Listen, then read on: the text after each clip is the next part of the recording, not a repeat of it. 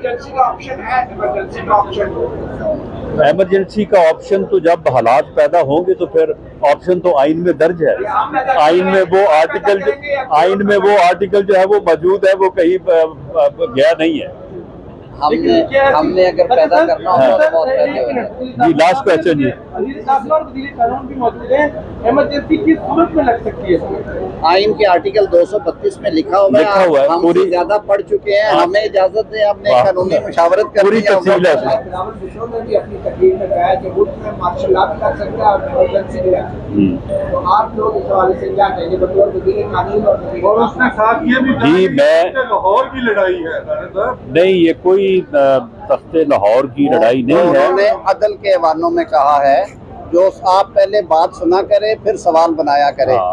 देखें ये मतीउल्लाह साहब आपने जो बात की है, देखें इसमें एक स्पेस या एक जवाज़ जो है वो बनता है कि जिसके ऊपर बिलावल भुट्टो जरदारी साहब ने जो है वो बात की है कि आखिर हर फैसले में यही 3 जजेस क्यों।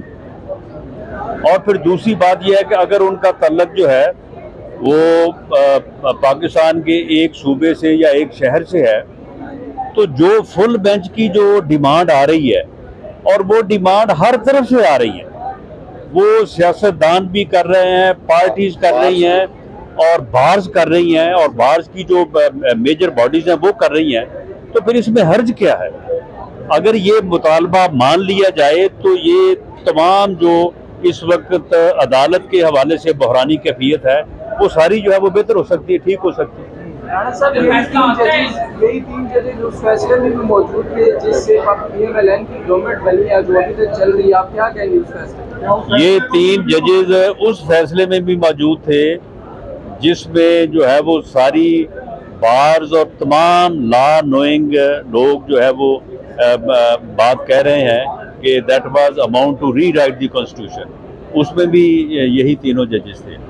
तो मामला ये है कि हमें उनकी ज़ात का एहतराम है, वो मुअज़्ज़ज़ जजेस हैं, हमारे लिए बाइसे इज़्ज़त हैं, काबिल एहतराम हैं। चीफ जस्टिस साहब का हमने बार बार ये बात दोहराई है, आज भी ये बात दोहराई है। तो हमें उनकी ज़ात के हवाले से नहीं, लेकिन फ़ैसलों के ऊपर बात हो सकती है, तनकीद हो सकती है। ये जो वो फैसला करने जा रहे हैं उसके मुतल्लक हम ये बात कर रहे हैं कि ये फैसला जो है ये मुल्क में सियासी बहरान के ख़ात्मे का बायस जो है वो बनना चाहिए, और ये इसी तरह से बनता है कि जिस तरह से तमाम फ्री कैन का एक बात के ऊपर कंसेंसस है। इसके ऊपर तो PTI जो है उसने भी जो है वो एतराज़ नहीं किया, उन्होंने भी कहा कि जी अगर फुल बेंच बने तो हमें इसके ऊपर कोई एतराज़ नहीं है। तो इसमें फिर हर्ज क्या है? इसमें अगर फैसले के बाद मज़ीद सियासी बहरान बढ़ता है तो पंजाब के इन दोनों जजेस के खिलाफ आप सुप्रीम जुडिशल काउंसिल में जाएंगे? देखिए जी, हम ऑन रिकॉर्ड हैं कि हम इस बात की निशानदेही कर रहे हैं, हम इस बात की रिक्वेस्ट हमने कोर्ट रूम के अंदर भी हमारे वकला ने की है, यहाँ पे भी हम कर रहे हैं।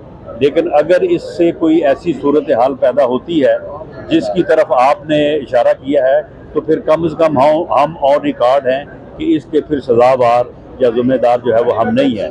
बाकी जहाँ तक आपने बात की है रेफरेंस दायर करने की, देखिए रेफरेंस दायर करना जो है वो हर शहरी का एक आइनी हक है, कानूनी हक है, और किसी भी जवाज़ के पैदा होने के बाद हर शहरी जो है वो अपना हक एक्सरसाइज कर सकता है। ये कोई गैर कानूनी या कोई गैर आइनी या कोई अदालत के ऊपर हमले वाली बात नहीं है जिस तरह से बाद लोग बात कर रहे हैं। अगर ऐसी सूरत हाल पैदा हुई तो उसके ऊपर PDM और बाकी जमातें जो हैं वो बैठ के कंसेंसस के साथ कोई फैसला करेंगे। आप तनाजुर में देखें, उन्होंने कहा है कि बेंच सारे सूबों के जजेस का होना चाहिए और सिर्फ एक सूबे से सारे जजेस को नहीं बैठना चाहिए। ये लग ये रहे जैसे तख्ते लाहौर है।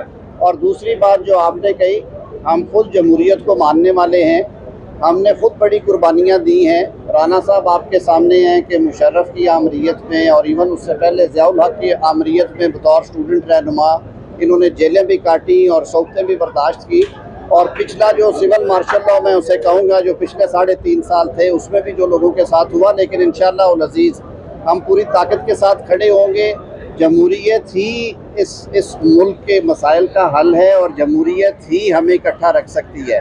लेकिन उसके लिए सारे इदारों का फ़र्ज़ है कि वो अपना आइनी हक आइन में रहते हुए अपनी ड्यूटी जो है वो परफॉर्म करें। कल हमने पार्लियामेंट के फ्लोर पे भी कहा, आज वज़ीर दाखिला में भी वही बात की कि इदारे जो हैं वो इज्तमाइयत से, कलेक्टिव विज़डम से चलते हैं, ना कि किसी एक शख्स के अहकामात के ताबे होते हैं। तो हम ये उम्मीद रखते हैं कि इस नाजुक मरहले पे जबकि मुल्क एक सियासी और आइनी बहरान के धाने पे खड़ा है, सुप्रीम कोर्ट भी इस मसले को कलेक्टिव विज़डम के साथ, इज्तमाई सोच के साथ आगे बढ़ाए और इसका हल निकाले, ना कि जो तासुर दिया गया है सुप्रीम कोर्ट के अपने अहकामात में वन मैन शो का या एक मुख्तसर बेंच का। 15 जजेस की मोअज़्ज़ज़ अदालत में अगर 3 रुकनी बेंच इतने अहम फैसले का दोबारा फैसला करना चाहे, जो पहले यही खड़े हो के मैंने बात की थी कि ये प्रोसीडिंग्स 4-3 के साथ खारिज हो चुकी हैं।